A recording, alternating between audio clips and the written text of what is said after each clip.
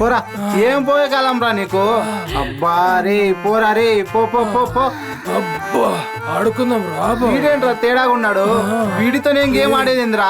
పట్టుకో బావ చూద్దాం.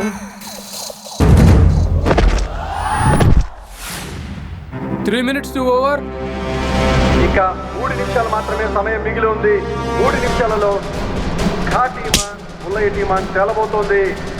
ఆట చూస్తుంటే మాత్రం ఖా టీమే గెలవబోతుందని మనకు తెలుస్తుంది. పుల్లయ్య టీం వెనక పడుతుంది. ఇక ఒక్క పాయింట్ సాధించినట్లయితే ఖా టీం గెలవబోతుంది. ఒక్క పాయింట్ కోసం ప్రయత్నం జరుగుతూనే ఉంది. పుల్లయ్య తప్పించుకున్నారు. ఖా టీంకు పాయింట్ దక్కకుండా పోయింది. పుల్లయ్య రన్నింగ్ లో ఉన్నారు. చేజింగ్ మొదలైంది.